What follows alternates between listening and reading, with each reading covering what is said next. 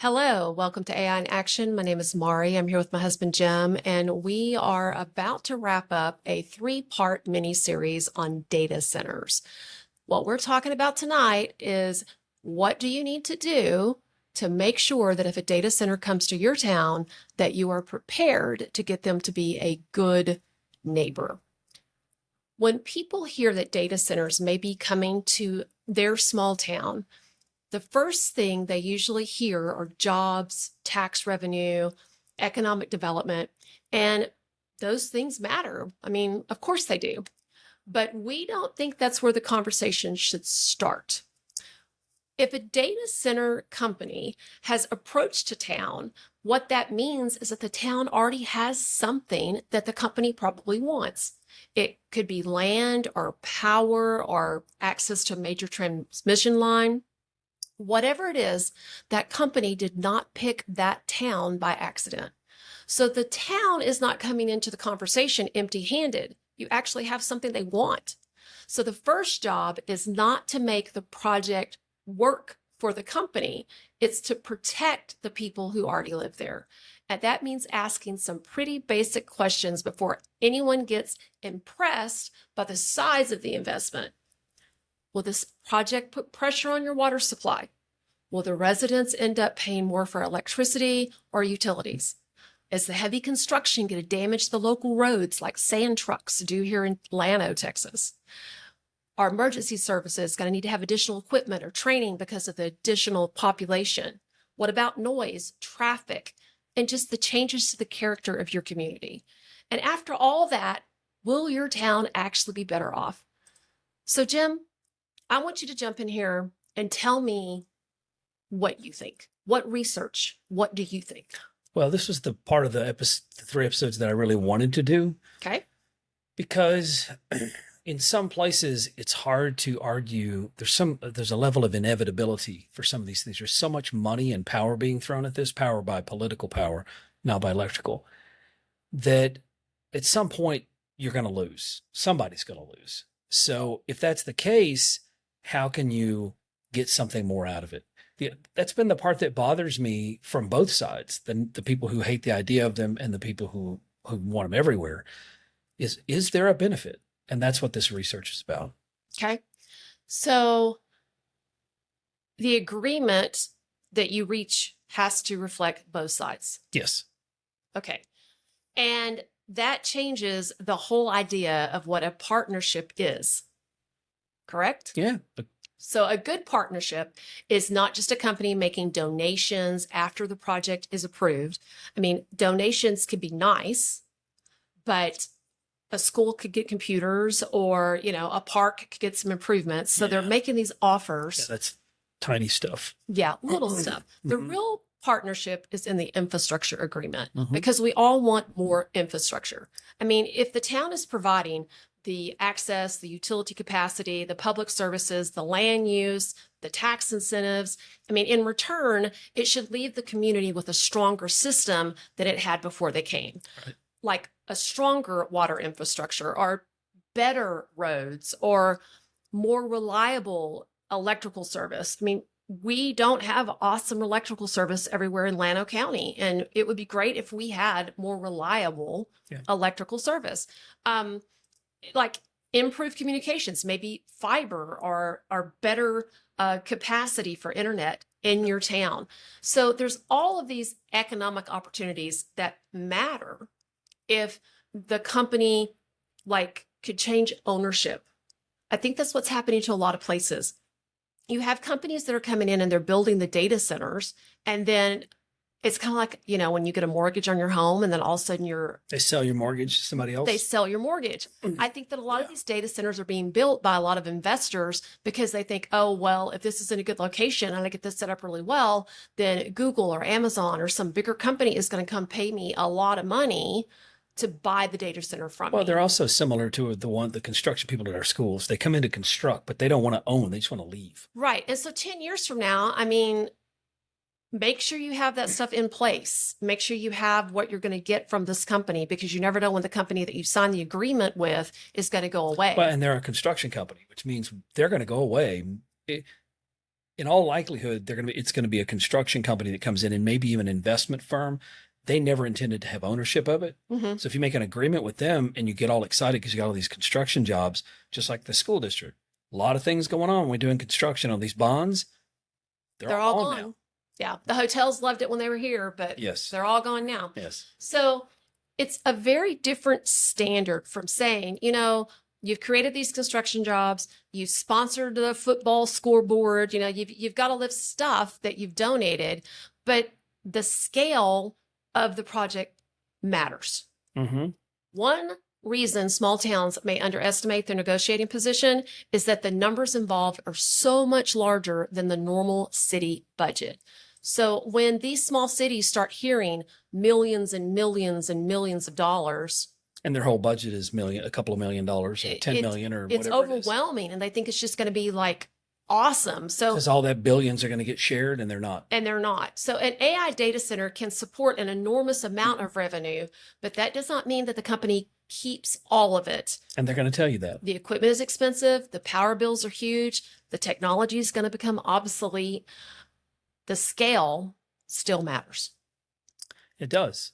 A water reuse line that sounds unaffordable to like a small town may be a manageable project for a facility that's coming in. Spending $1 billion making it. Right. They're wanting to operate at this level. I mean, and the same is going to be true for like road repairs. We have a lot of roads that need to be repaired. Because of construction stuff. And it's not in our normal budget in the city to get those roads repaired. Right. So if you have a company that's coming in, by all means, negotiate. I think in political, isn't this called, what is it called when they put stuff in a bill or they put stuff in to try to pork? That's exactly what it's called. This isn't really pork, though, because in a sense, pork tends to be, well, it's kind of pork, because political pork means the bill has nothing to do with what you're putting in the bill, but it benefits you. Right. So a city could go, you know what? We'd like all of our parks to be updated. And if you're going to bring in a data center 10 miles out of town, we want you to beautify some of our parks for us. Right. I think that the infrastructure needs to be the focus. That all my research that I did talks about the infrastructure stuff. Okay. So on with that, let's talk a little bit about some of the things you can do. Yeah, but and you need to remember the point is not to punish the company or make unreasonable demands. It's to make sure the people who already live in the town are not just quietly subsidizing the project through their damaged roads or their strained utilities or higher rates that might come their way. What do you think? Am I right on that? Yeah, I think what you're basically getting down to is the leverage. They have more leverage than they think. Mm-hmm. But once a project gets under construction, which is all my research said over and over again, if you just assume that they're going to do all these things, again, I keep referring back to our bond projects. If it wasn't definitively written down, what's the old saying? A verbal contract's worth the paper it's written on. Yeah. Well, that's kind of what they're saying here. Don't wait till the construction starts. You need to have your ducks in a row before anybody breaks ground, before anything happens. Don't put permits in place. Don't do anything like that until you know exactly until you know what you're going to get out of it. Yeah. So this is the front end work that we're talking about right now. So it's like before your zoning changes are made, before your water commitments are done, before your road access agreements happen, before your tax incentives are offered. That is when the town needs independent engineers, legal counsel, water specialist, and someone who knows a lot about finance for financial analysis. I mean, the company is going to have these experts and they're going to say, yeah, we got all this, but the town needs its own experts too. And the developer should pay the reasonable cost of reviewing a project that's this large. Yeah, just make sure the reviewers aren't owned by them. Right. Again, we've seen Bring in independent We've seen that that's why we managed our last bond project ourselves. The technology section. Not just the technology, with Atlanta ISD managed. Oh, yeah, we did. Because we had trouble in the past where it seemed like the people managing on our behalf seemed to be more They were for way the too construction they were way too companies. comfortable with the construction companies. I'm not saying anything bad happened. I'm saying it's human nature when you work with people on multiple projects, like a lot of these Mhm. managers do. You get to be sort of biased toward them. You get to know the people, you get to know Yep. the construction companies, you become friends with them, And you start become friends, trusting and you them start more than trusting them. you know them. Yeah. So let's talk about the very first major test. And to us, this is the most important thing In Texas. in Texas especially, but really everywhere, because It's your true. research has backed this up. Yes. The first major test is water.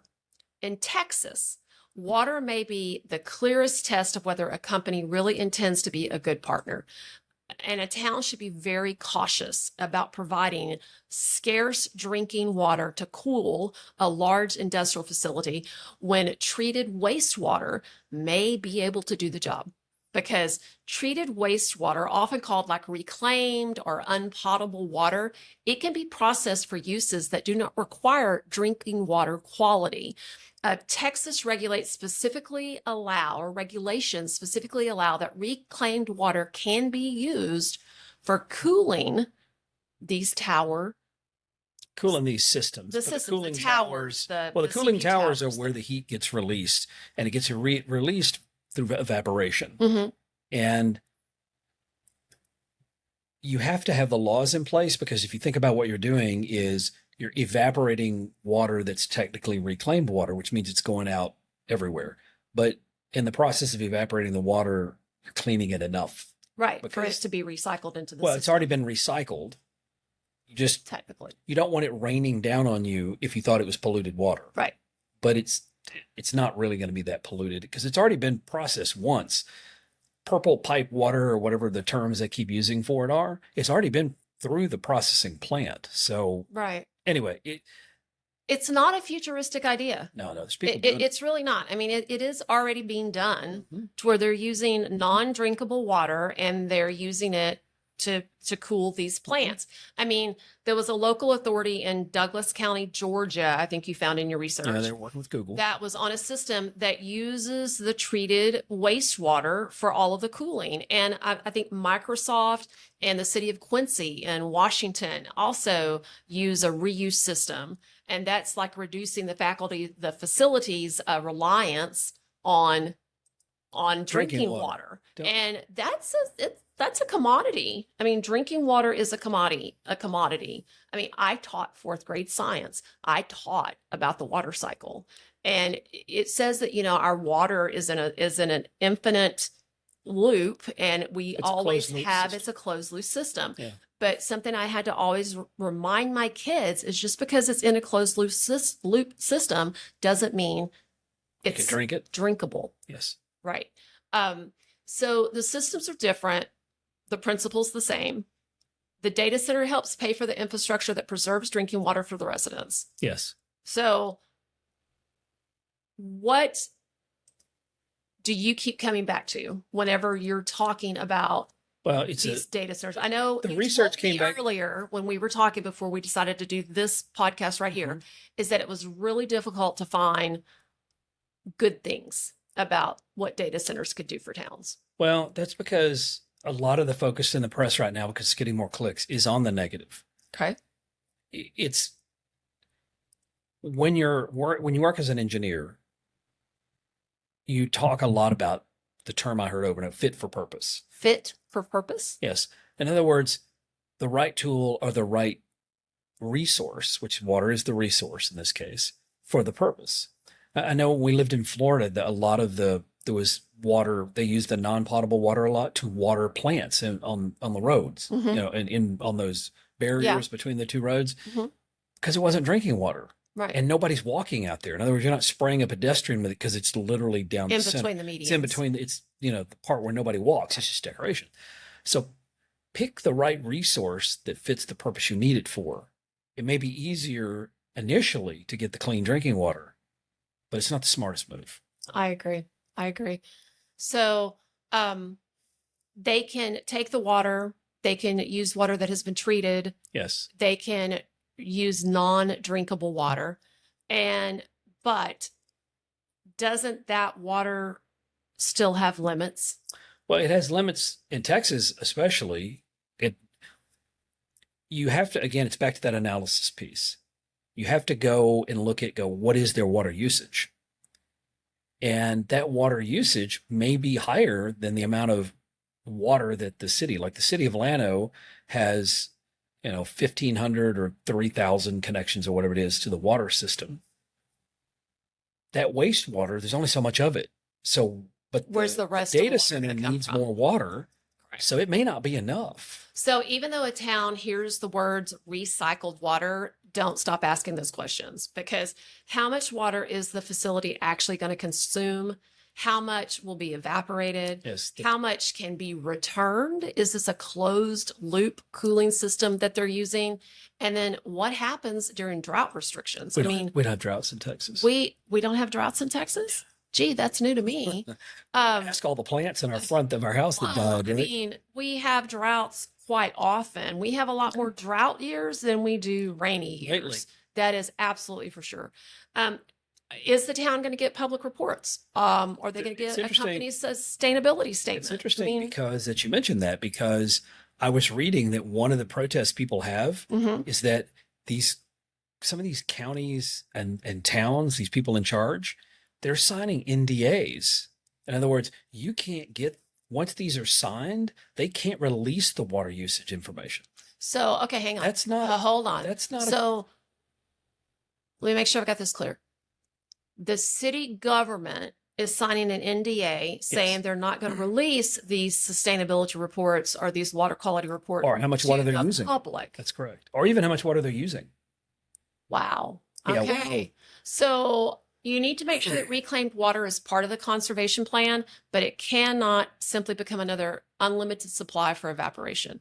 The town should negotiate limits on both the drinking water use and the total water consumption. Yes. Okay. All right. So we've talked about water. Now let's take a second and talk about power and where power and water collides. So there's another reason data centers get complicated in the state of Texas. Yeah, we don't connect to any other grids, one thing. We don't connect. ERCOT. I mean, we have regions where in Texas, but in general, we generate the power that we use in Texas. Right. We don't get it from anywhere else. We don't get it from other places much, at least. So a data center doesn't just need a lot of water. It needs a lot of electricity, right? It needs both of those resources to be available in the same place. And so a location may look ideal because it's like close to a major transmission line or it's close to a substation, but that doesn't mean the local water system can support an industrial customer of that scale. All right. So like around the Dallas-Fort Worth region, a project could be close to these strong transmission infrastructure lines or like a major reservoir system. That the facilities that are moving into these rural counties are encountering water utilities that simply don't have the treatment capacity or the pipeline capacity to deliver millions, I'm going to repeat that, millions of gallons of drinking quality water to just one customer. Just one customer. That's one reason that reclaiming wastewater can become so important. And the developer can help fund that treatment and that pipeline improvement in exchange for that dependable industrial water supply without taking the same amount from the drinking water system. Okay? You got to remember that. In parts of West Texas and the Panhandle, there's not a lot of surface water available. Right. These things are coming from underground. So the project is going to turn to like groundwater. Start drilling wells. And they're going to start drilling those wells. And your father used to always say, if I take a cup of water and I put one straw in it, that's going to quench the thirst of one person. But if I put 20 straws in it and 20 people are drinking out of the same cup of water, no one's going to have enough water. Yeah, and these reservoirs are like a finite cup of water. A lot of them are recharged by rain and stuff like that. But when you get up in the Panhandle, people don't realize how this is, again, sounding negative, and it kind of is, but that reservoir up there that they're tapping into, the one they're tapping into, that's what waters all that corn. That's right. You're in direct competition with the farms and the ranches and the household wells and the communities that are depending upon this aquifer. And as I just said, if there's too many straws in the hole, no one's going to get enough. So this is where Texas groundwater law creates a particularly important concern because Texas generally recognizes that a landowner owns the groundwater beneath the land as real property. And a company can therefore buy or lease rural acreage, not as a building site, but to gain access to the groundwater beneath it. Now, I'm originally from East Texas, and in East Texas, if you owned the mineral rights on your property, Stayed a well there too. that was really important. I mean, And water is now it's not just for oil. There's like natural gas and a bunch of other stuff. And now the aquifers and the groundwater and the tributaries underneath a piece of property, well, they're already having trouble. it's as important as oil almost. In trouble with these in East Texas too, with these bottled water, these water bottling companies. They come in, they buy up this land so they can drill wells and start pumping water, and then they sell the water elsewhere. Well, the other thing that we had to be really, really careful was in East Texas was slant drilling. That was the oil well problem. That was the oil well problems, but I could see something like that if you know. I'm going to drill underneath your property. You've got to be careful. You know, in reality, with the water thing, the slant drilling becomes less of an issue. It depends on how that water is. If it's a pool of water, that's one thing, like the reservoirs we talked about. Like the one up in the Panhandle, as I understand it, was probably put there when the Ice Age melted. So all this water was in the ground, and it's been there since the Ice Age. It's a massive multi-state pool of water. Out here, though, water flows through cracks and rocks, which means it's not a reservoir, which means you could slant may or may not help. When it really does help is when you have like a kind of a, it's not sandy soil, but it's a porous rock kind of thing. Like a limestone. You drill into it. It is limestone. You drill into it, you make a hole, and then it collects. And the water collects. Well, now you can make, the more holes you can make to get the water collect, the more you can bring in that water that's moving through that limestone formation. So groundwater conservation districts are going to need to start requiring permits. But you have to set those up. You have to set them ahead of time, because this is what's happening is as soon as they come in and they pull permits or they start talking about, I'm not sure. I know you can't change. We talked about that last time. Zoning. I don't know about the water. I didn't do enough research on the water conservation districts. You need to look as to whether or not you can set one up after the fact. Right. I bet you so can. Right now, start talking about permits that you're going to require, limitations to production, how far apart wells can be, how big a tract size can be, exporting in stuff, exporting in water. I mean, these are all protections that are going to vary across the state. And, some places have much weaker oversight than others. So in practical terms, a large developer may be able to buy enough land, drill high capacity wells, and legally draw from an aquifer that also supplies like neighboring farms and neighboring homes, and the aquifer does not stop at that person's property line. So just because I have access to an aquifer under my property doesn't mean somebody next door doesn't also have access, and then they can just pump from next door. Yeah, a lot of the research, and I hadn't thought about that when I was working on this thing, but a lot of the research that I pulled over the last couple of days talks a lot about that, because I know about water conservation districts, but I never thought about some areas not having them. I don't think we have one in Llano County.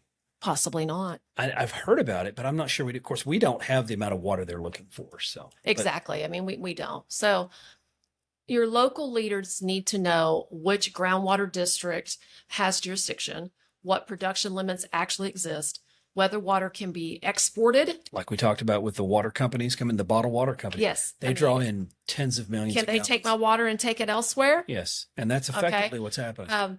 And then, of course, how declines will be monitored and what happens if a neighboring well is affected. So trouble in Georgia. Wells are going dry. Yeah. In other parts of Central Texas, a large campus may seek raw surface water through like a river authority, like the LCRA, or another regional supplier, rather than relying on a small system in a small town.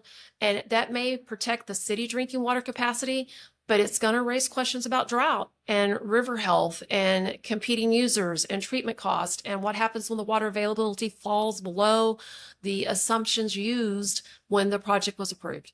So the specific source changes from one region to another, but the basic question does not change.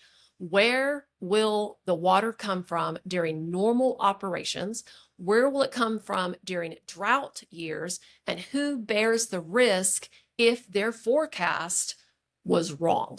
Well, we had the drought back in 2011 here, and the river dried up.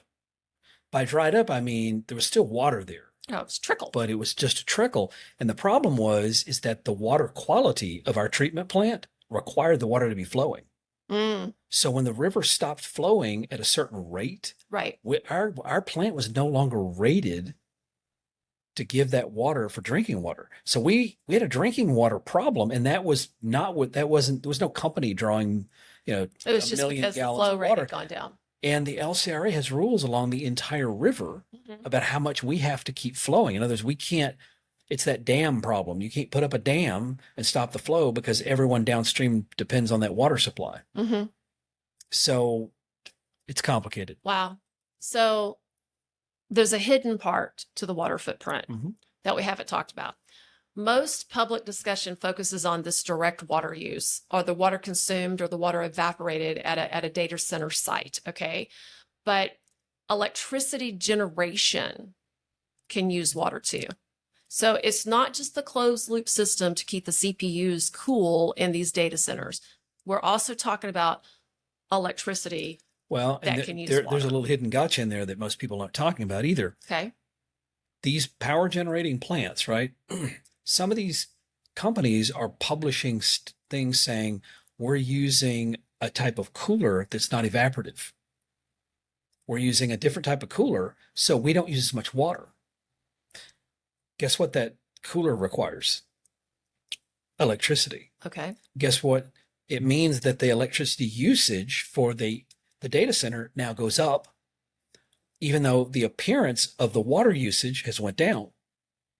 All you've done is shift the problem to another location, because wherever the power is being generated has to have the water Right, to keep it cool. for the coolant in the plant. So natural gas, coal, nuclear power plants, they're commonly use water in their steam cycles. That's how they generate the electricity. Right. And their cooling systems. And when you go to East Texas, you're going to see the steam coming off of some of these Well, things. those are the natural gas ones and gas stuff. They got a lot of because they've got natural gas wells in East Texas. So when a data center draws an enormous amount of power from the ERCOT grid, Which is what we have here in Texas. some of that water footprint may occur at the power plant that's actually miles away It will occur from there. the data center. Yeah, it will occur there. The question is again, you have to be careful when they come to your state and they say, we've gotten more efficient.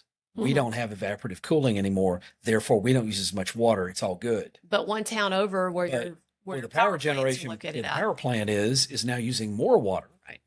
And Texas only has so much water. Correct. So researchers at the University of Texas estimate that when on-site cooling and the water associated with the electricity generation are considered together, data centers could account for roughly 3 to 9% of all Texas water use by 2040.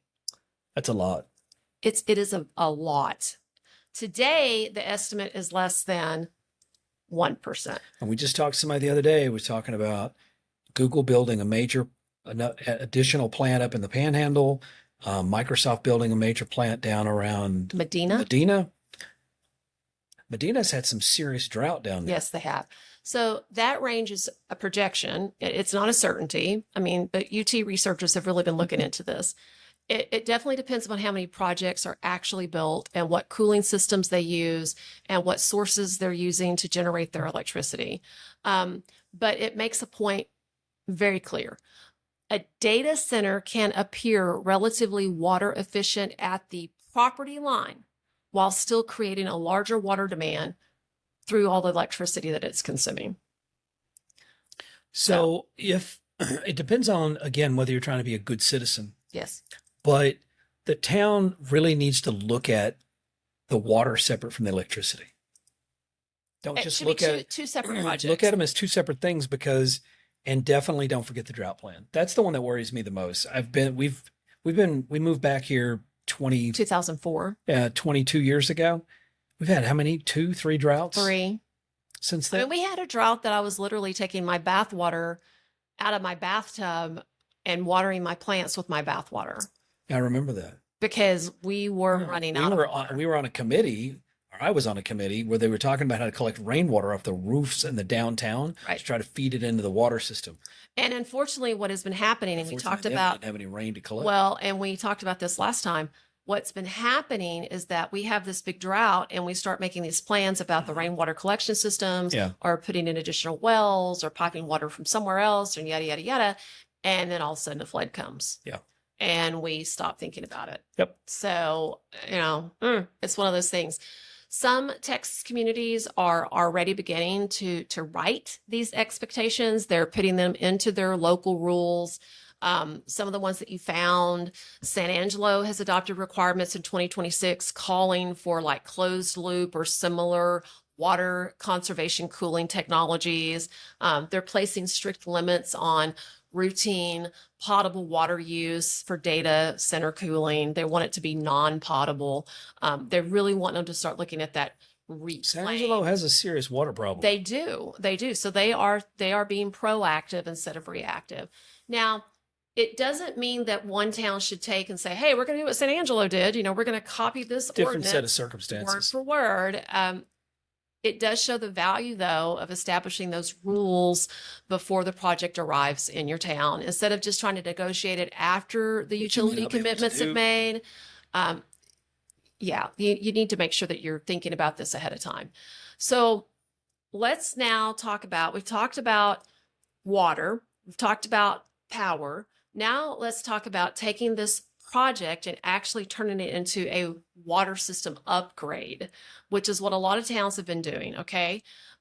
Many towns are already losing this treated water through their aging pipes, their leaks. There's so many leaks, their pressure problems, inaccurate meters. I mean, the water's already been pumped and treated. The town has already spent money on it, but then it disappears into the ground before they can actually use it again. I mean, one of the things that we do at our water treatment center is we literally water fields with the water that's being treated because there's so much of it that's not drinkable and we can't just store it. So we're Yes. using it for other things. So instead of looking at a data center only as a new water customer, maybe you should ask the company if they can help you recover water that you're already losing. I know that we have leaks in Llano all the time. Every town does. As a matter of fact, they have an unbelievable number of leaks that, I mean, they lose more water in cities in many cases from leaks and that's not just the non-potable water, that's the potable That's water potable water. too. Google, Household leaks is huge. some of the research that I did, Google took one town, they put in a whole bunch of these acoustic things that I think Llano might have put those in specifically to detect leaks. So they basically upgraded the leak detectors so then they could get there and fix them. So Google didn't give them more water, but they gave them more ability to not lose as much water. So that may give the town a little bit more water to supply to a data center if they're doing it. I mean, even a small town like Llano, this is not, it's hard to find this information online, but I did as much research as I could. And the estimate was that Llano loses 15 million gallons a year of just to loss. to Leaks and treated, that's treated water. That's not non-treated water. okay. All right. I don't know if that's true or not, but it's reasonable in a town this size to think they could be losing tens of thousands or millions of gallons. Yeah, I mean it's But that's- historical data. Yeah, that's data I found. So So the exact number is actually less important. I think what's important is the scale of the problem. I know when we were doing research 6 months ago about something we did about data centers, we were talking about golf courses using a lot of water, and the two top things that we have for water usage in the United States, number one was household leaks. well, it was just leaks in general. It wasn't household. It was the whole system. Undetected leaks. Undetected leaks. You lose more water from that and golf course than data centers. That's correct. I think that's changing though. A data center agreement, like you just said, it could pay for the acoustic thing, like it's been paid for. City-owned monitoring systems that helps the public works staff be able to know and prioritize and go fix it quick. I mentioned Google funded Google one of those. funded one of them in it. I think it was in Omaha. So a small Texas town would maybe need something really smaller, but the basic idea would still transfer. The agreement should include, the repair money, finding the leaks with having to use money to fix them, having them, if they're going to use the water and they need more water, then maybe they could fund some of the equipment for And the city needs to keep the ownership of that equipment, because when they leave. Well, it's not just when they leave. It's also that, again, if you're going to be a good partner with the city, everything needs to be open. Right. And that knowing the city owns that data means that somebody's not trying to bury something. Right. That's true. That's very true. That's why you don't want it to belong to the data center. Right. You don't want that to belong to the data centers. You want it to belong to the city. So you never want it to become inaccessible. Right. Even if the data center gives you the processing power to process the data. Right. The water system belongs to the town, and the benefit should remain with the town.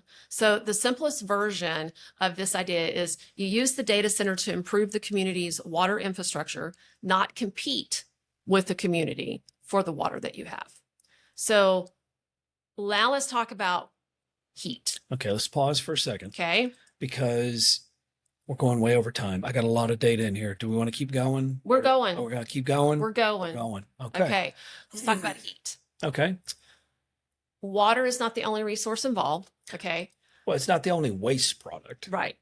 The water, if you think about it, the resources that are coming in, heat is purely a waste product, typically. Water comes in, but even if you're using waste water, that waste recycled water, that's still kind of an input. Mm-hmm. But computers literally turn electricity into heat. Yes. What do you do with the heat? That's the problem.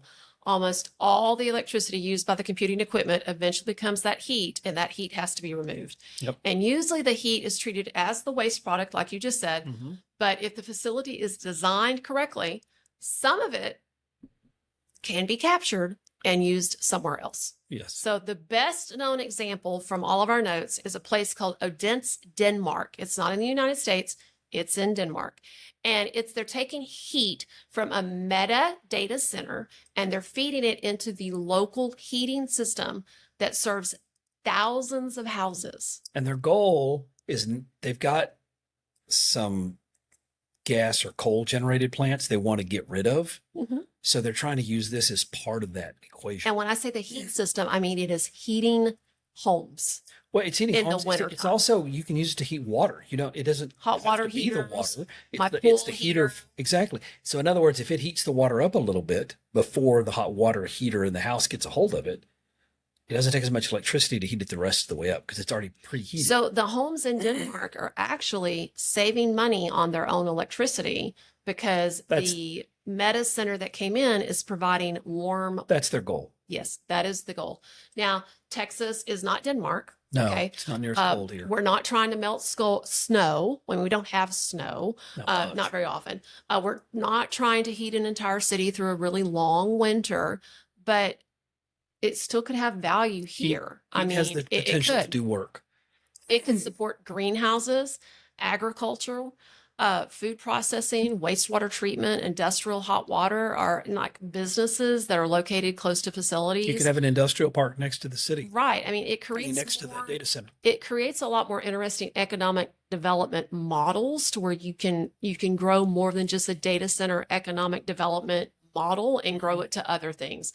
Like instead of building just one isolated center in a town, like you said, you could put an industrial park next door or an industrial or agricultural business park and take advantage of not just the heat, but we're talking more fiber, more reclaimed water, more electrical infrastructure, more things that you're getting from this data center coming to your town. So use that for other things. Okay.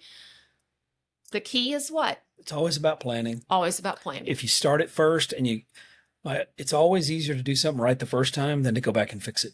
Right.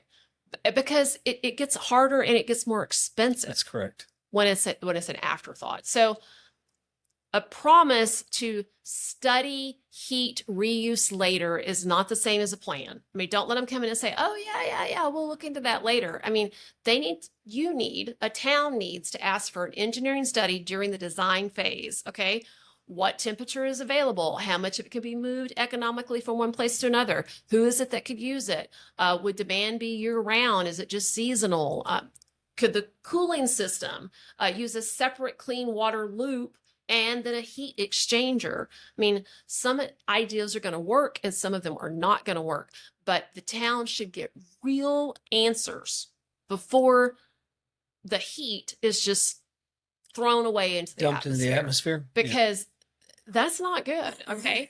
Whatever heat cannot be reused should be rejected with as little water consumption as possible or as practical, including like dry cooling and things that are designed for like what the climate will allow. Yes. If you've got a lot of humidity like East Texas, evaporative cooling's not going to work. No, it's not. I mean, we used to have that problem of water coolers. Can't use a swamp cooler there because it's already a swamp. It's already a swamp. You can't use a swamp cooler. They're not efficient. And all that moisture reaps havoc inside a home with the wood and woodwork and stuff. So let's move on to the next thing, which is, of course, roads, public safety. The same basic rule applies to electricity. The project should pay for the infrastructure it requires for this electricity.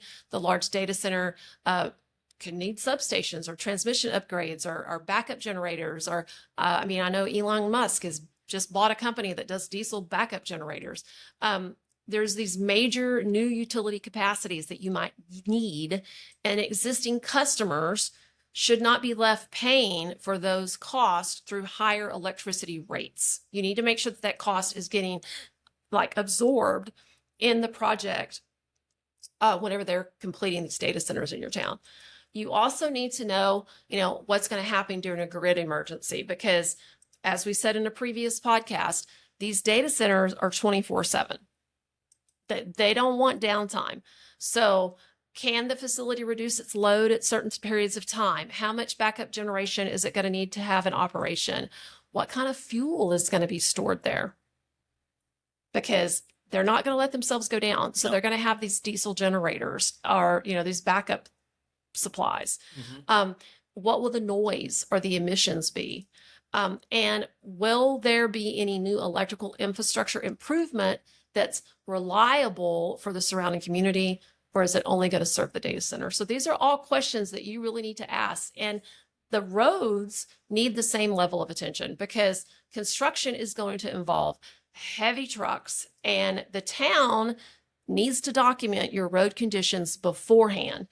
You need to know, it's like doing a walkthrough in an apartment before you actually move in. You need to document the condition before they get there, because you're going to want to come back and say, no, we ran into this problem with sand trucks. They had a very, very large sand plant out in Voca, which is a little town outside of here. And after about 2 years, if that long, the roads were in horrible condition. I mean, the big potholes and the cracks and the bridges. I mean, it's just there's a lot of weight, right? So you need to establish what routes are they going to be allowed to take? Are they going to be able to come through your beautiful historic bridge that is in your downtown area? What kind of repair standards are you going to have for your roads? What kind of financial security are you going to get? So if the project does leave, they're not going to leave the public with that bill to go and repair the roads. The other thing you need to think about is emergency services, because data centers that use, a lot of water, a lot of hot comes out of data centers. There could be some specialized type injuries that might happen in a data center. That how to put out lithium-ion battery fires, something like that. To where is your emergency medical?